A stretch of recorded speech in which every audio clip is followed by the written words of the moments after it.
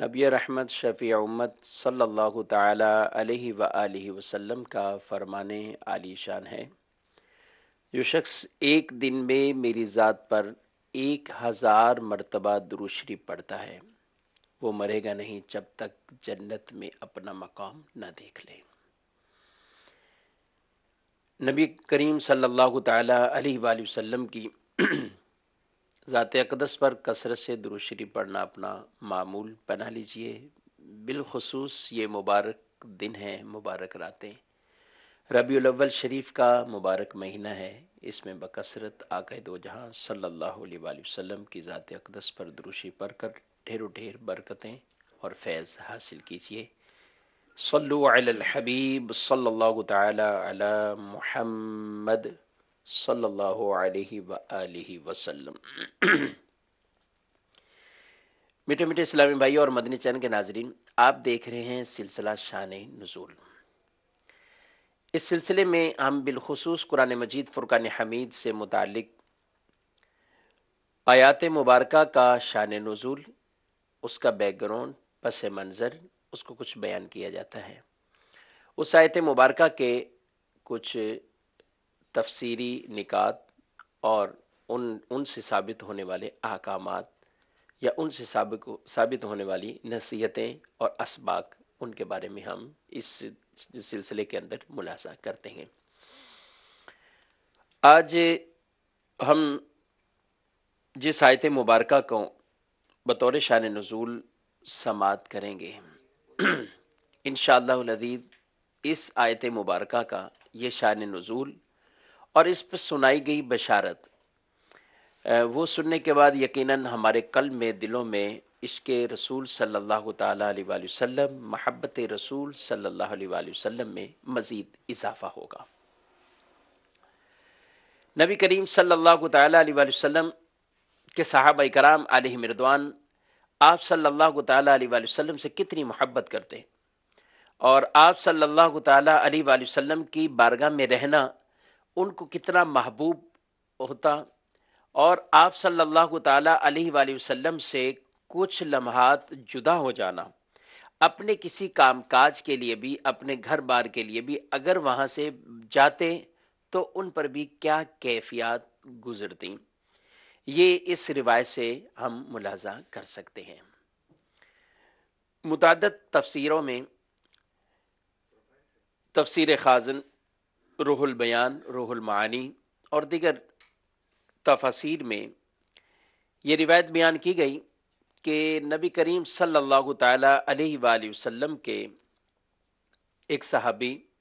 حضرت ثوبان رضی اللہ تعالیٰ عنہ، آپ ایک مرتبہ سرکار صلی اللہ تعالیٰ علیہ وآلہ وسلم کی بارگاہ میں آئے، تو جب آپ حاضر ہوئے تو اس وقت آپ پر ایک غم کی کیفیت ہے، پریشانی کے عالم میں نبی کریم صلی اللہ علیہ وآلہ وسلم کے پاس آپ حاضر ہوئے۔ حضور صلی اللہ تعالیٰ علیہ وآلہ وسلم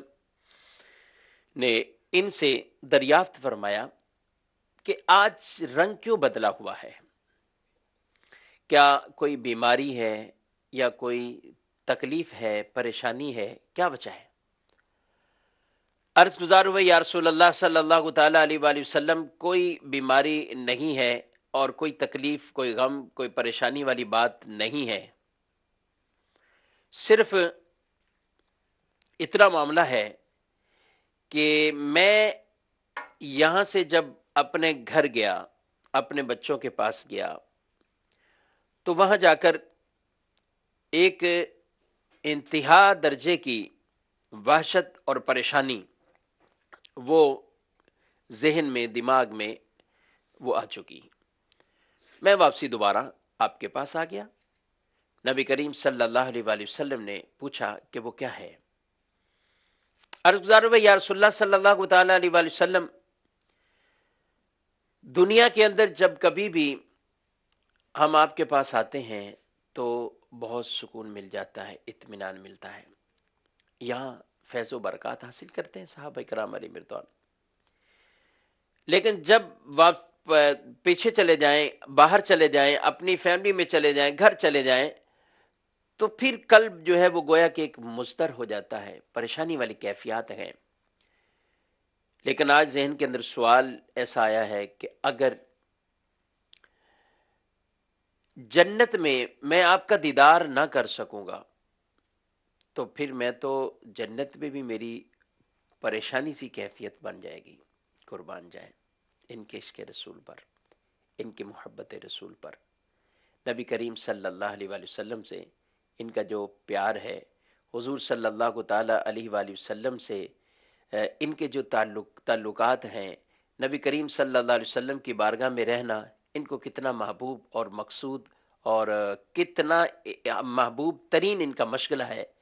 کہ حضور صلی اللہ علیہ وسلم کی بارگاہ میں ہم بیٹھے رہیں، آپ کی باتیں سنتے رہیں۔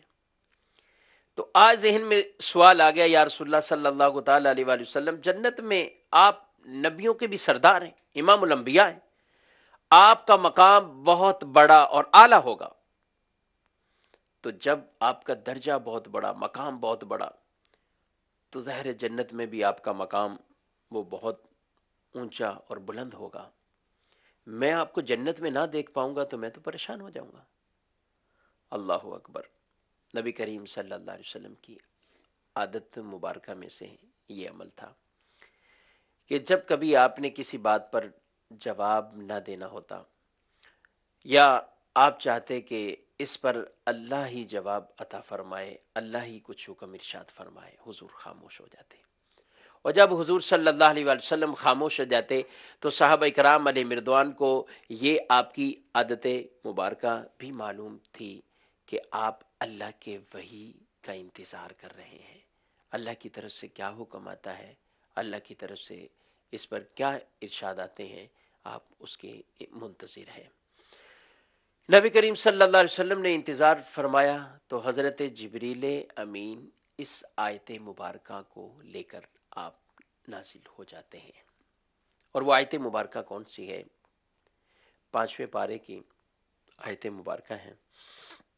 سورہ نساء ہے، اور 69 آیت نمبر ہے۔ ارشاد باری تعالی ہوتا ہے، بسم اللہ الرحمن الرحیم، وَمَن يُطِعِ اللَّهَ وَالرَّسُولَ فَأُولَئِكَ مَعَ الَّذِينَ أَنْعَمَ اللَّهُ عَلَيْهِم مِّنَ النَّبِيِّينَ وَالصِّدِّيقِينَ وَالشُّهَدَاءِ وَالصَّالِحِينَ وَحَسُنَ أُولَئِكَ رَفِيقًا۔ ترجمہ، اور جو اللہ اور رسول کی اطاعت کرے تو وہ ان لوگوں کے ساتھ ہوگا جن پر اللہ نے فضل کیا، یعنی انبیاء، صدیقین اور شہداء اور صالحین، اور یہ کتنے اچھے ساتھی ہیں، وہ ان کے ساتھ ہوں گے۔ اللہ اکبر۔ اس آیت مبارکہ میں کتنے خوبصورت انداز میں یہ بشارت بھی عطا فرما دی کہ یہ جو سوال ذہن میں آ رہا ہے کہ جنت کے اندر ہم کس کے ساتھ ہوں گے، جنت کے اندر آقا صلی اللہ علیہ وآلہ وسلم کا ہمیں کیسے دیدار ہوگا، وہ زیارت ہمیں کیسے نصیب ہوگی، اس آیت مبارکہ میں واضح طور پر اس کو بیان بھی فرما دیا گیا۔ اللہ کی اطاعت، رسول اللہ صلی اللہ علیہ وآلہ وسلم کی اطاعت اور فرما برداری، یہ وہ ایسا عمل ہے کہ اللہ کے اطاعت کرنے والے بن جائیں، اللہ کے احکامات کو ماننے اور اس پر عمل کرنے والے اس طرح بن جائیں کہ ہم اطاعت الہی اور اطاعت رسول صلی اللہ علیہ وآلہ وسلم کے اس طرح ہم پیروکار بن جائیں، متبع بن جائیں، فرما بردار بن جائیں،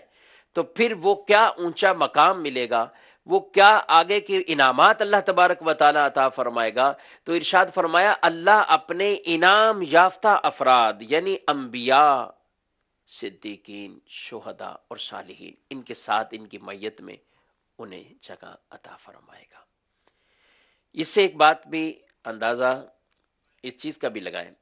کہ نبی کریم صلی اللہ تعالیٰ علیہ وآلہ وسلم کے صحابہ کرام علیہ مردوان کو کس قدر یہ چیز بھی محبوب رہتی کہ دنیا میں تو ہم حضور کے ساتھ ہیں، دنیا میں ہم اپنے پیارے نبی صلی اللہ تعالیٰ علیہ وآلہ وسلم کی صحبت میں رہتے ہیں، آپ کی زیارت سے شرف پاتے ہیں، آپ کا فیض پاتے ہیں، آپ کی صحبت میں رہ کر آپ کے بیانات، آپ کے خطبات، آپ کے ارشادات، آپ کے کلمات یہ ہم سنتے ہیں، لیکن جنت میں ہماری رسول مکرم صلی اللہ علیہ وآلہ وسلم کے ساتھ معیت کیسے ہوگی؟ یعنی محبت، یہ بالکل کمال درجے کی محبت۔ دنیا میں تو ساتھ ہیں، ہمیں جنت میں بھی یہ رفاقت مل جائے، ہمیں جنت میں بھی حضور کا ساتھ نصیب ہو جائے۔ ایک اور حدیث مبارک ہے، مسلم شریف کی حدیث ہے، نبی کریم صلی اللہ تعالی علیہ وآلہ وسلم آپ کو حضرت ربیعہ بن کعب اسلمی رضی اللہ تعالی عنہ آپ فرماتے ہیں، میں رات کو رسول اللہ صلی اللہ تعالی علیہ وآلہ وسلم کی خدمت اقدس میں رہا کرتا، آپ صلی اللہ علیہ وآلہ وسلم کے وضو کے لیے پانی لایا کرتا تھا، دیگر خدمت بھی بجا لایا کرتا تھا۔ ایک روز آپ صلی اللہ تعالی علیہ وآلہ وسلم نے مجھ سے ارشاد فرمایا، سل اے ربیہ مانگو، کیا مانگتے ہو؟ تو میں نے حضور سے کیا مانگا؟ آپ فرماتے ہیں، اسألک مرافقتک فی الجنہ، آقا میں آپ سے جنت میں آپ کی رفاقت کا سوال کرتا ہوں۔ یا رسول اللہ صلی اللہ تعالی علیہ وآلہ وسلم، جنت میں مجھے اپنی رفاقت سے نواز دیجئے۔ مجھے یہ کوئی دنیا کا سوال نہیں کیا، کوئی دنیا کی کسی پریشانی کا ذکر نہیں کیا۔ آقا علیہ السلام کی بارگاہ میں ذکر کر رہے ہیں تو یہ سوال کر رہے ہیں، التجا کر رہے ہیں، یا رسول اللہ صلی اللہ علیہ وسلم جس طرح دنیا میں مجھے یہ رفاقتیں نصیب ہو رہی ہیں، دنیا میں یہ خدمتیں نصیب ہو رہی ہیں، دنیا میں آپ کی معیت مجھے مل رہی ہے، آقا مجھ پر ایسا کرم ہو جائے جنت میں آپ کی رفاقت مل جائے، جنت میں آپ کی رفاقت مل جائے۔ یہاں ایک بات نبی کریم صلی اللہ علیہ وسلم نے فرمایا، سل مانگو، مانگو۔ تو یہ حضور فرما رہے مانگو، تو جو کچھ دے سکتا ہے وہی ایسا کسی کو ارشاد فرمائے گا کہ مانگو میں دوں گا۔ تو صحابہ کرام علی مردوان بھی کتنے پیارے عقیدوں والے اور کتنی پیاری محبتوں والے، حضور سے مانگ بھی کون سی چیز رہے؟ آخرت کی، وہ بھی جنت میں بھی رفاقت۔ تو گویا کہ وہ بھی یہ سمجھتے تھے، وہ بھی عقیدہ نظریہ یہ رکھتے تھے کہ یہ وہ ہے کہ رب ہے معطی، یہ ہے قاسم، رزق اس کا ہے، کھلاتے یہ ہیں، کہ اللہ دینے والا ہے، اللہ ہی سب چیزوں کا مالک و مختار ہے، مگر اللہ نے اپنی نعمتوں کی کنجیاں اپنے محبوب کو عطا فرمائی ہیں۔ یہ محبوب علیہ الصلوۃ والسلام یہ اللہ کی عطا سے یہ بھی دے سکتے ہیں، اور حضور صلی اللہ علیہ وسلم نے بھی مطلق سوال کیا کہ مانگو مجھ سے، سل ربیہ۔ اور یہاں ایک اور بات بھی یاد رکھیں، ہم کسی مقدس مقام پہ پہنچیں یا کسی بزرگ کے پاس پہنچیں، کسی ولی اللہ کے پاس پہنچیں، کسی ایسے کے پاس پہنچیں جہاں ہمیں پتہ چلے کہ ہماری دعائیں قبول ہوتی ہیں، تو ہم عمومی طور پر کیا مانگتے ہیں؟ ہمارا مطمع نظر کیا ہو جاتی گویا کہ عموماً آدمی کو ایسا موقع ملتا ہے تو وہ اپنی دنیا کی کسی پریشانی کا ہی ذکر کرتا ہے، کہیں دعا کے لیے کہتا ہے بیماری سے شفا مل جائے، کہیں کہتا ہے کہ مجھے رزق میں فراوانی ہو جائے، رزق میں برکت ہو جائے، کہیں کہتا ہے کہ مجھے اور دنیاوی طور پر ترقی مل جائے، ایک کاروبار سے دوسرا کاروبار ہو جائے، ایک مکان سے دوسرا مکان ہو جائے، ایک دکان سے دوسری دکان ہو جائے، آگے اور بینک بیلنس میرا بڑھ جائے۔ اس طرح کی دعائیں عموماً ہم یاد رکھتے ہیں۔ صحابہ کرام علیہ مردوان باوجود اس کے کہ مشقتوں میں بھی تھے، باوجود اس کے تکلیف میں بھی تھے، باوجود اس کے کہ بظاہر دنیا کی نعمتیں اور اس طرح کی آسائش وہ ان کے پاس نہ تھی، انہوں نے تو اپنے گھر مال سب کچھ چھوڑ کر نبی کریم صلی اللہ علیہ وسلم کے پاس میں ہجرت کر کے مدینہ منورہ میں آ گئے۔ لیکن حضور پھر بھی اگر کسی سے فرماتے کہ مانگو، کیا مانگنے، اور وہ اس وقت یہ نہ کہیں آقا مجھے تو یہ نہیں، میرے پاس یہ نہیں، یہ نہیں، یہ دنیا کو آگے نہیں رکھتے، بلکہ یہ کہتے یا رسول اللہ جنت پہ ملے اور رفاقت آپ کے ساتھ مل جائے، جنت پہ آپ کی معیت مل جائے، جنت میں آپ صلی اللہ علیہ وآلہ وسلم کی صحبت ہمیں نصیب ہو جائے۔ ایک اور حدیث مبارک، حضرت ام عمارہ رضی اللہ تعالی عنہا نے جنگ احد کے موقع پر نبی کریم صلی اللہ علیہ وآلہ وسلم سے عرض کی، یا رسول اللہ صلی اللہ علیہ وآلہ وسلم آپ دعا فرمائیے کہ اللہ تعالی ہم لوگوں کو جنت میں آپ صلی اللہ علیہ وآلہ وسلم کی خدمت گزاری کا شرف عطا فرمائے، آپ ہمارے لیے دعا کیجئے۔ اللہ اکبر۔ آقا صلی اللہ علیہ وآلہ وسلم نے ان کے لیے، ان کے شوہر اور ان کے بیٹوں کے لیے اس طرح دعا فرمائی، اللہم اجعلہم رفقائی فی الجنہ، اے اللہ ان کو جنت میں میرا رفیق بنا دے، جنت میں میرا ساتھی بنا دے۔ قربان جائیں، یہ صحابیاں ہیں، یہ بھی حضور سے کہہ رہی ہیں، پھر صرف اپنے لیے، اپنے گھر والوں کی بھی دعا کے لیے کہا جا رہا ہے، اور حضور صلی اللہ علیہ وسلم سب کے لیے دعا فرما رہے ہیں کہ ان کو، ان کے شوہر کو، ان کے بچوں کو بھی مولا جنت میں میرا ساتھی بنا دے۔ اللہ اکبر۔ حضرت ہمارا کہتی زندگی بھر اعلانیہ یہ کہتی کہ رسول اللہ صلی اللہ علیہ وسلم کی اس دعا کے بعد دنیا میں بڑی سی بڑی مصیبت مجھ پر آ جائے تو مجھے اس کی کوئی پرواہ نہیں ہے، دنیا بھی کوئی نعمت چلی جائے اور بڑی سے بڑی پریشانی کیوں نہ آ جائے، مجھے کوئی پرواہ نہیں ہے۔ کیوں؟ کیونکہ رسول مکرم صلی اللہ علیہ وسلم نے جنت میں میری رفاقت، مجھے رسول اللہ کی رفاقت مل جائے گی، رسول اللہ کا ساتھ مل جائے گا۔ یہ صحابہ کرام علیہ رضوان کا یہ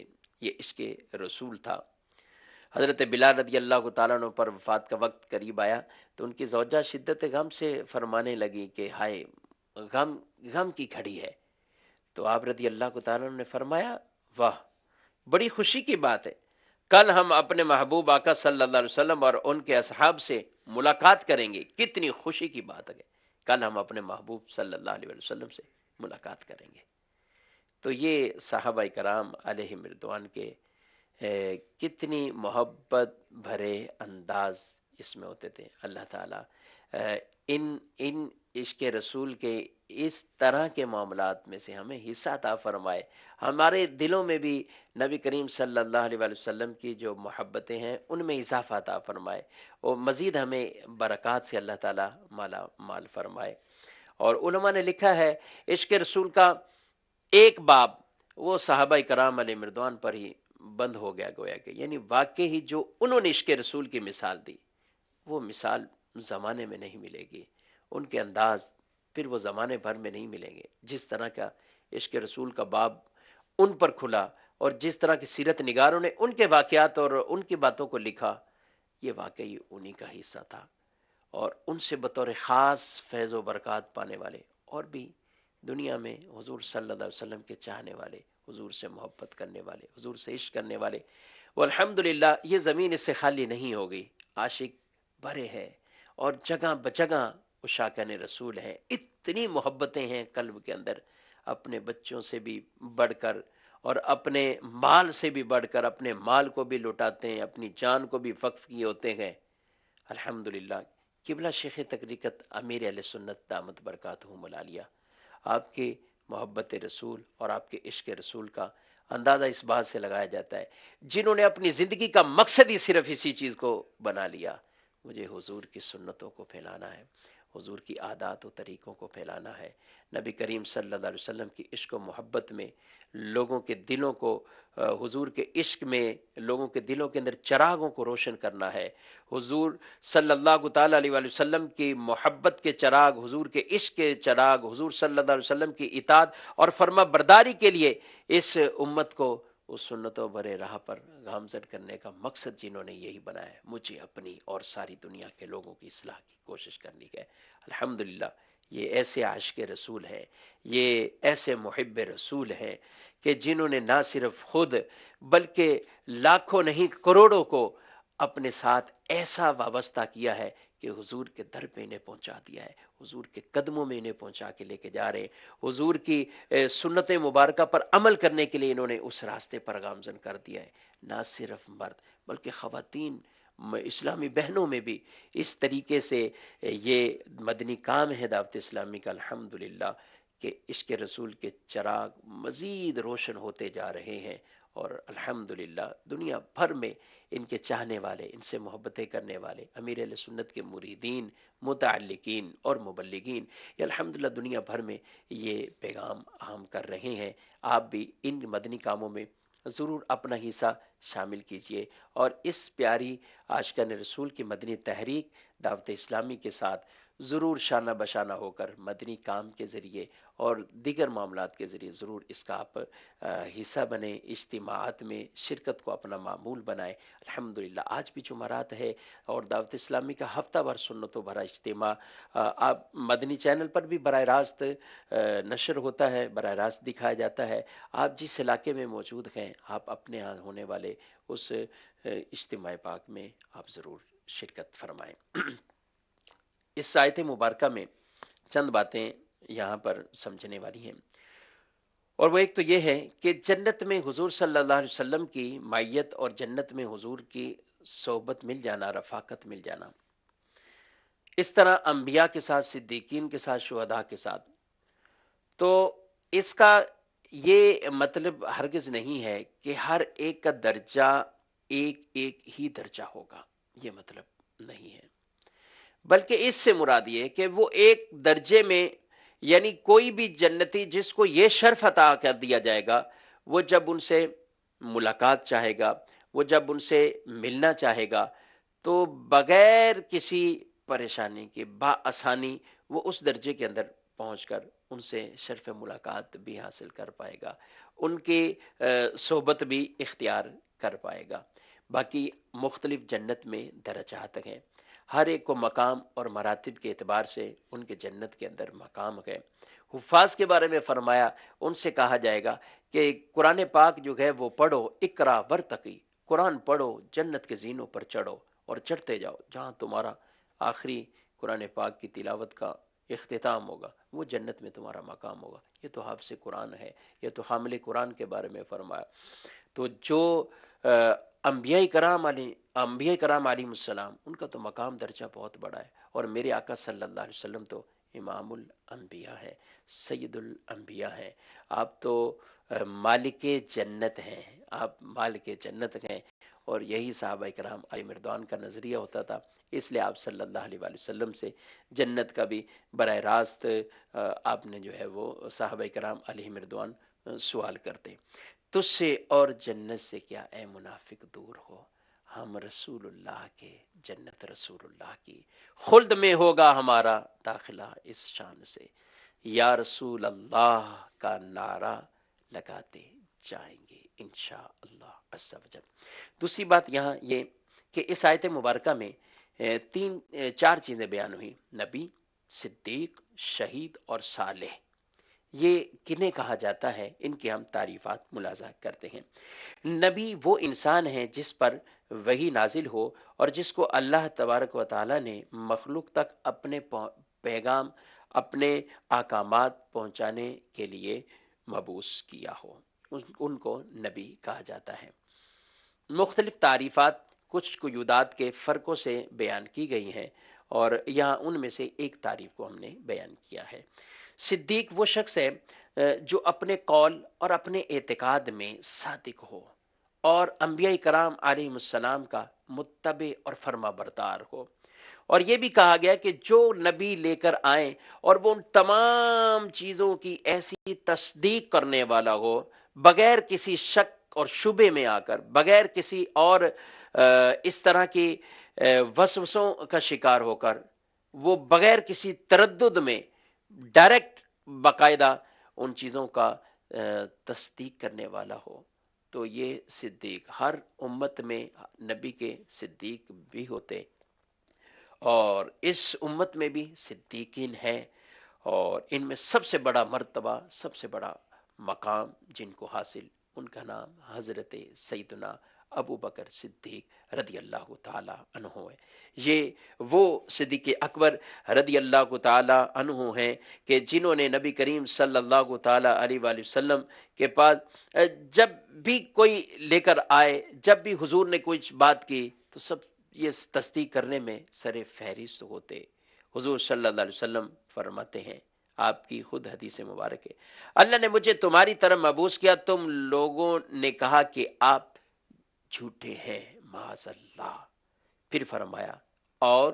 ابو بکر نے تصدیق کی اور اپنے جان اور اپنے مال سے میری غم خواری کی، بخاری شریف کی حدیث مبارک ہے یہ، یعنی نبی کریم صلی اللہ علیہ وآلہ وسلم خود یہ ارشاد فرما رہے اور خود فرمایا کہ جتنا مال ابو بکر کے مال نے مجھے نفع دیا کسی اور کے مال نے مجھے نفع نہیں دیا، یہ خود نبی کریم صلی اللہ علیہ وآلہ وسلم نے بیان فرمایا۔ ایک اور روایت میں فرمایا سب کے احسانات کا بدلہ دیا ہے، ابو بکر کے احسانات کا بدلہ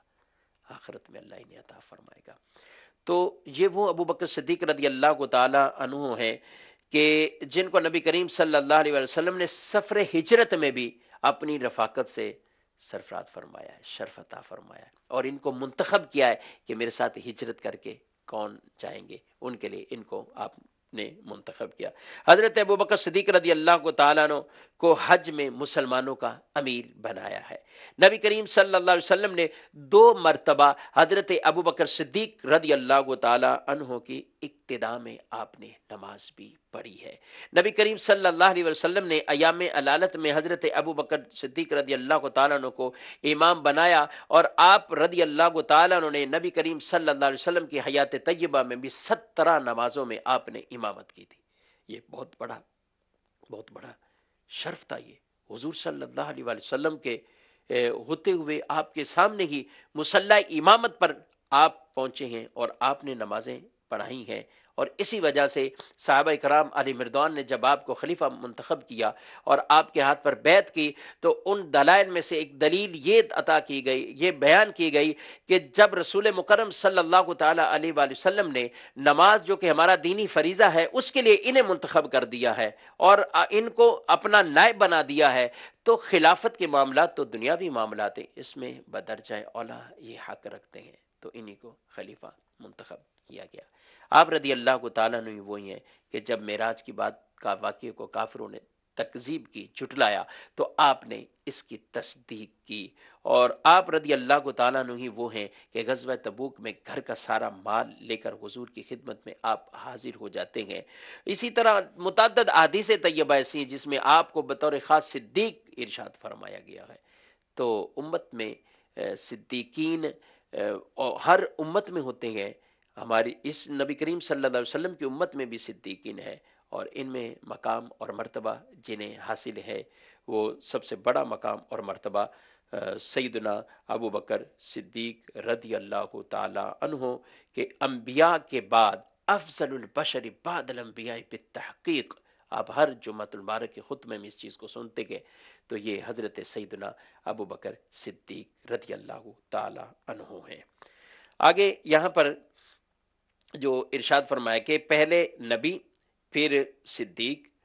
اور تیسرے شہید۔ شہید وہ شخص ہے جو دلائل اور براہین کے ساتھ دین کی صداقت پر شہادت دے اور اللہ کے دین کی سربلندی کے لیے لڑتا ہوا مارا جائے، اسے شہید کہا جاتا ہے۔ جو مسلمان ظلمن قتل کیا جائے اسے بھی شہید کہا جاتا ہے۔ صالح کون سے لوگ ہیں؟ صالح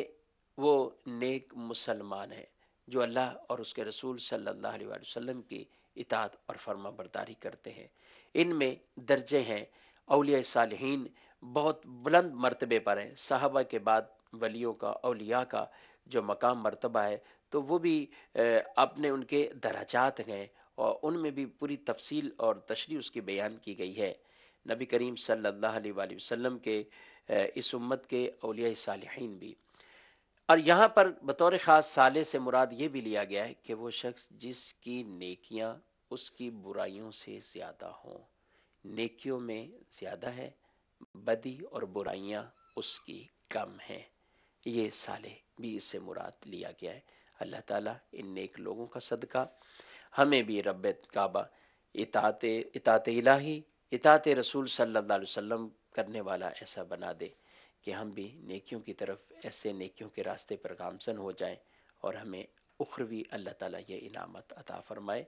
آمین بجاہ النبی الامین صلی اللہ تعالیٰ علیہ وسلم۔ صلو علی الحبیب صلی اللہ تعالیٰ